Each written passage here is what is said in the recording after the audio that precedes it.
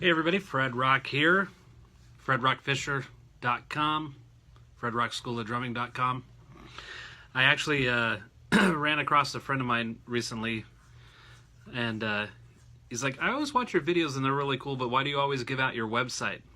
Well, if you're looking for drum lessons, or know of somebody looking for drum lessons, and you think, oh, I heard of fredrockschoolaofdrumming.com, that's Fred Fisher.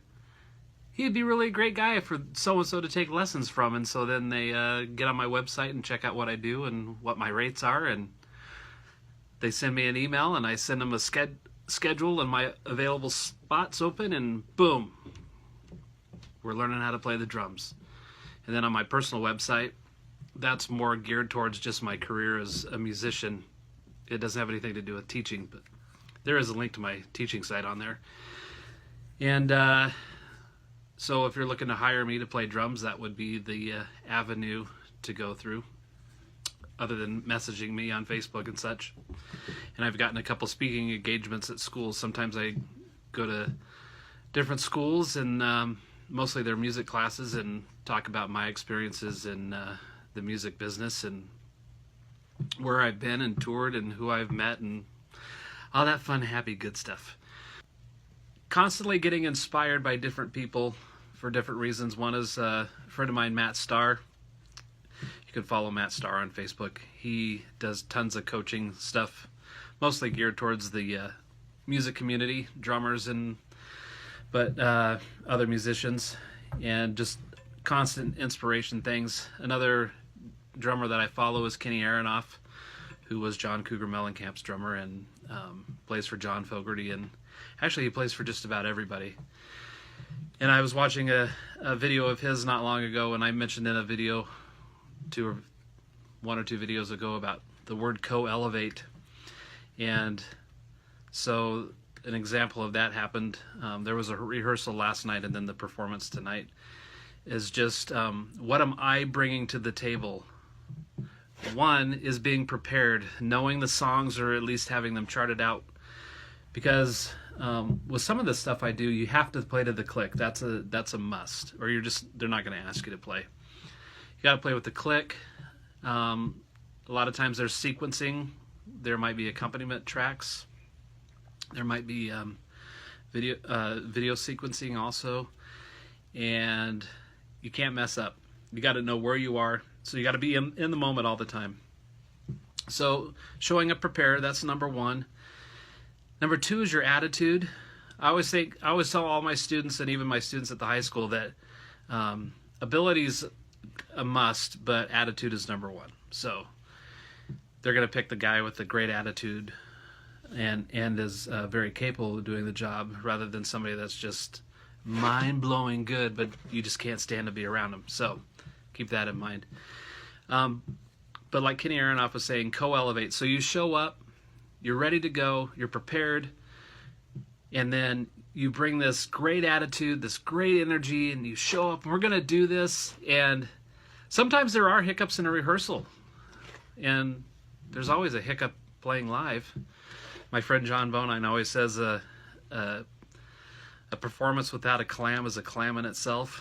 So a clam is a mistake for all the younger people out there.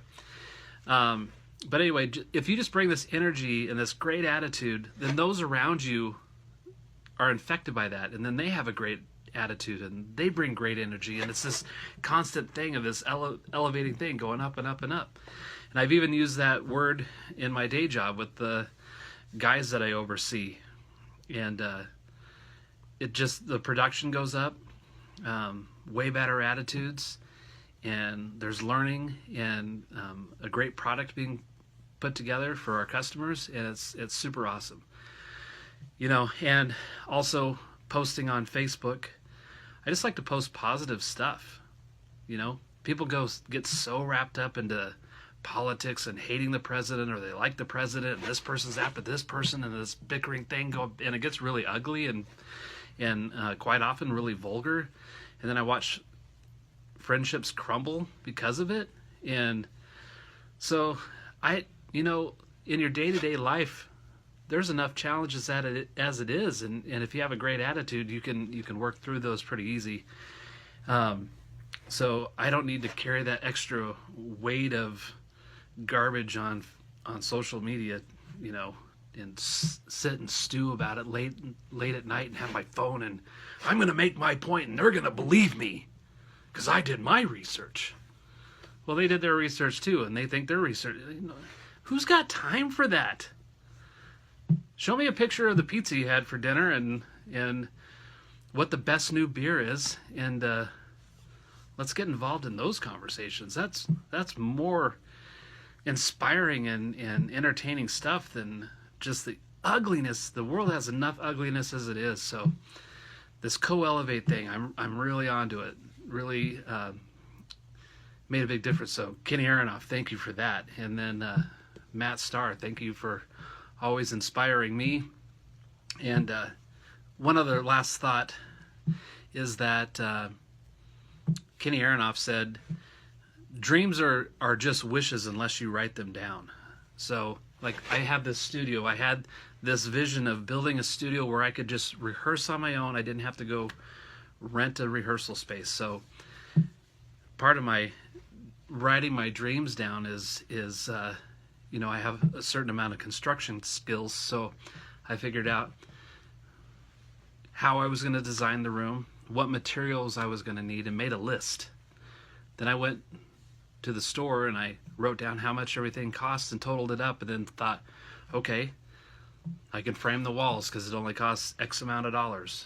Now I can insulate and do electrical and sheetrock and paint and all those things. And it's always gone in stages, but that's how I do it. And then I had this long-term dream of being able to record right here in my own studio. So I researched what equipment I would need, and I polled the audience of my engineer friends to find out what would make the most sense for me to have some ease in learning and putting all that together. So I started researching what I needed to get, and figured out how much it was cost, and then I just started going through all my equipment that I never ever use, and I had this goal of I'm only going to keep drum equipment around that I actually use. So I have this great DW's Collector Series kit that I use for all my bigger stuff I do, and then I have a DW's Performance Series that I use when I play with Cliff Miller doing the country thing, because I don't need the big ginormous kit, but I need a great sounding kit. So I have those two kits. All the other kits that I had, which I think I had 4, sold them. Let them make somebody else happy. And then I got the money, bought all the recording gear.